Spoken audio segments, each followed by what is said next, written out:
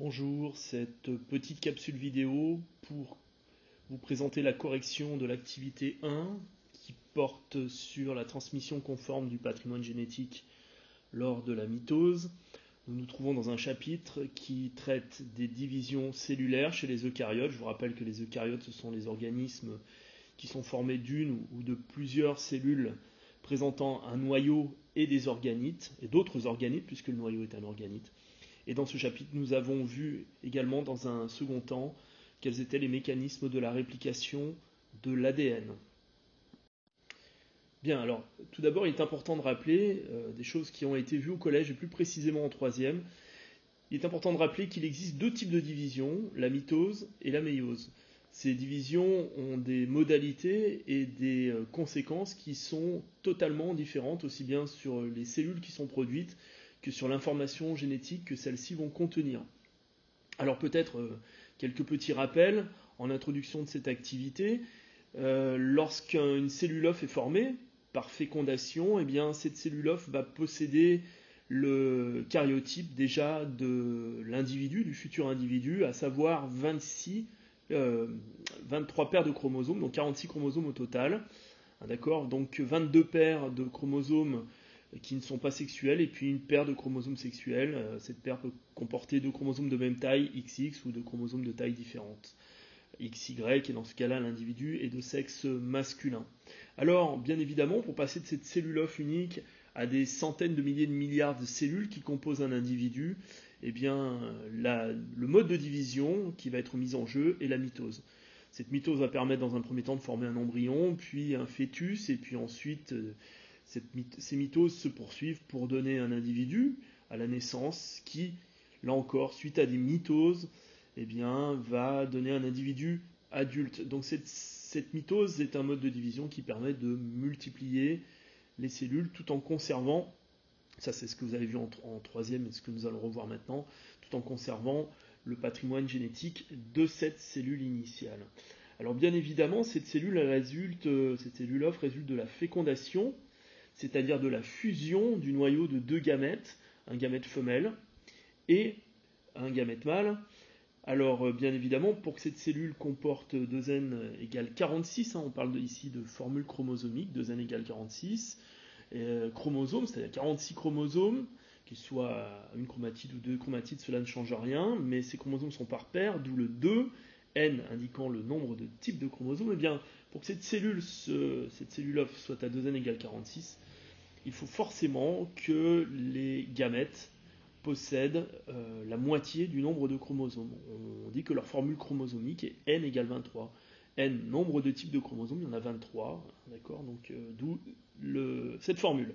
Alors, si on regarde le karyotype des gamètes ou des futurs gamètes, soyons plus précis, eh bien, en vérité, on se rend compte qu'il y a chez des spermatozoïdes qui comportent 23 chromosomes dont un chromosome Y, ou d'autres qui comportent 23 chromosomes dont un chromosome X, et tous les futurs ovocytes en fait futurs ovules plutôt possèdent, les ovocytes futurs ovules possèdent un chromosome X et 22 chromosomes en un seul exemplaire.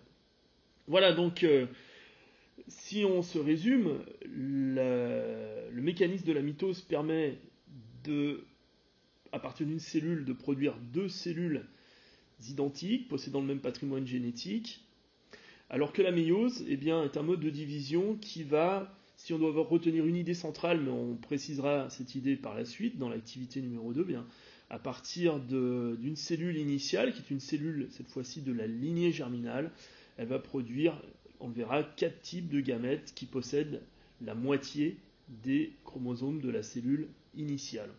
Alors qu'ici, dans ce cas-là, dans le cas de la mitose, le karyotype de la cellule initiale est conservé. C'est ce que nous allons voir tout de suite.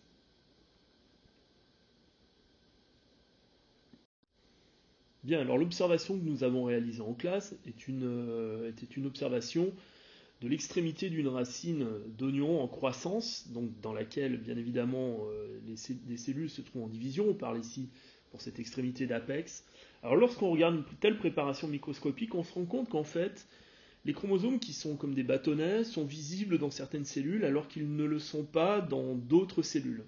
C'est tout à fait normal, puisque en vérité, pour que des chromosomes qui sont toujours présents en fait dans les cellules, même lorsqu'ils ne sont pas visibles, pour qu'ils soient visibles, il faut qu'ils soient condensés. Et cette condensation ne va s'opérer qu'au moment de la division cellulaire. Donc lorsqu'on regarde une telle préparation, eh bien, on peut très facilement repérer les cellules qui sont en division, puisque les chromosomes ils sont visibles car ils sont condensés. Dans les autres cellules, ces chromosomes sont à l'état décondensé, déroulé, le filament d'ADN qui compose chacun des chromosomes est totalement déroulé. Voilà. Donc ici, dans cette préparation, nous sommes allés rechercher les différents stades de cette division que nous appelons la méiose. Et nous avons pu, à partir de la recherche de ces différents stades, établir une chronologie. Alors cette chronologie, on peut l'établir de la manière suivante. On a tout d'abord une phase dans laquelle l'enveloppe du noyau, l'enveloppe nucléaire, tend à disparaître. Les chromosomes commencent à se condenser, ils deviennent visibles, ils sont répartis de manière un peu aléatoire à l'intérieur de la cellule. Cette toute première phase, on l'appelle la prophase. Ensuite, lors d'une seconde phase, bien évidemment tout cela est arbitraire puisque c'est un phénomène qui est continu, dynamique, les chromosomes vont se placer au niveau de l'équateur de la cellule avec une chromatide d'un côté, une chromatide de l'autre, cela pour chaque chromosome de chaque paire. À ce stade-là, les chromosomes, comme au stade précédent, sont encore à 2 chromatides. Dans l'étape suivante, qu'on appelle l'anaphase, ces chromosomes vont se séparer en deux. Chaque chromatide va partir vers un pôle de la cellule. Alors ces chromatides sont tirées par un ensemble de fibres qui constituent le fuseau mitotique, et nous allons voir dans une dernière diapositive, dans cette petite présentation, comment fonctionne ce fuseau mitotique. Donc, étape cruciale, l'anaphase, c'est l'étape où chaque chromatide d'un chromosome se sépare de l'autre chromatide.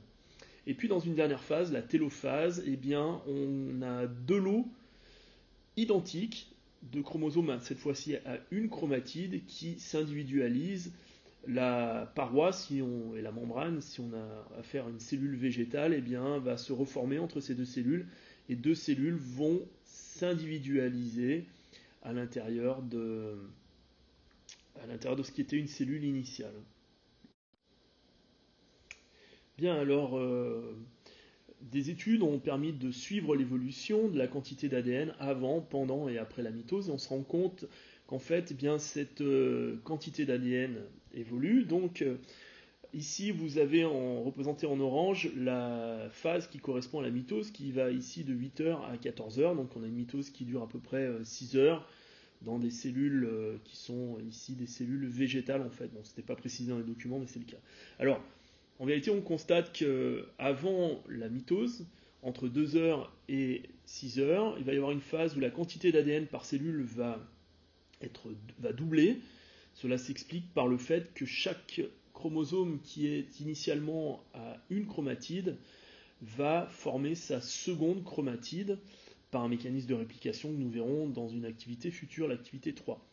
Donc, avant chaque mitose, c'est l'idée qu'il faut retenir, chaque chromosome à une chromatide forme sa seconde chromatide, donc la quantité d'ADN va doubler à l'intérieur de la cellule.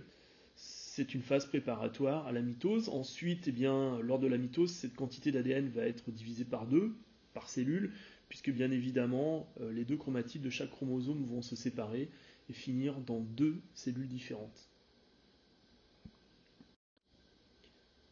Alors si l'on schématise cela, en s'intéressant cette fois-ci non pas simplement à la répartition des molécules d'ADN, donc des chromosomes, mais plutôt à la répartition de l'information génétique contenue dans cette molécule d'ADN, on avait ici au départ une cellule de formule chromosomique 2n égale 6, avec des chromosomes entrant en mitose, donc avec 2 chromatides strictement identiques, et donc à chaque mitose c'est toujours la même chose, une cellule entrant en mitose possède des chromosomes à 2 chromatides qui sont identiques, 2 à 2, bien évidemment. Donc ici, on avait une cellule qui présentait 3 gènes, présents chacun sous 2 allèles. Un gène A présent sous la forme allèle A1, sur un autre chromosome, sur l'autre chromosome homologue, l'allèle A2, idem pour le gène B, présent sous 2 formes, et le gène C. Donc en prophase, les chromosomes se sont déjà visibles. Ça marque le début de la mitose. Donc dans cette prophase, les chromosomes sont visibles mais répartis de manière aléatoire dans la cellule. L'enveloppe nucléaire tend à disparaître.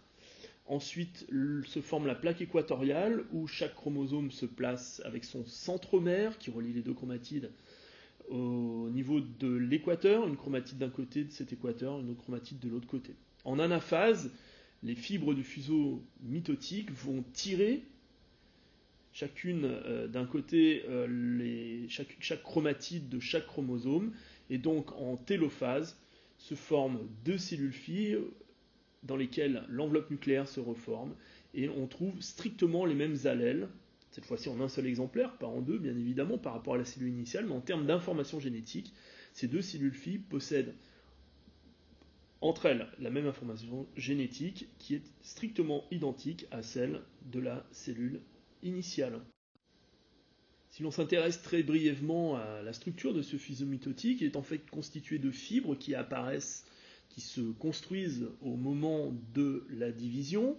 Ces fibres vont venir s'attacher à la fois au centromère et à la fois au bras des chromosomes, et ce sont elles qui vont, en se raccourcissant, tirer les chromatides de chaque chromosome vers les pôles opposés de la cellule et séparer ainsi le matériel génétique permettant sa répartition strictement identique à l'intérieur de la cellule. Donc ce fuseau mitotique est fondamental pour qu'à partir d'une cellule possédant une information génétique portée par des chromosomes à deux chromatides, que cette information génétique soit répartie de manière équitable entre deux cellules filles comportant strictement la même information génétique, le même nombre de chromosomes, le même karyotype, mais cette fois-ci avec des chromosomes à une chromatide, ce qui ne change strictement rien à l'information génétique contenue dans ces cellules.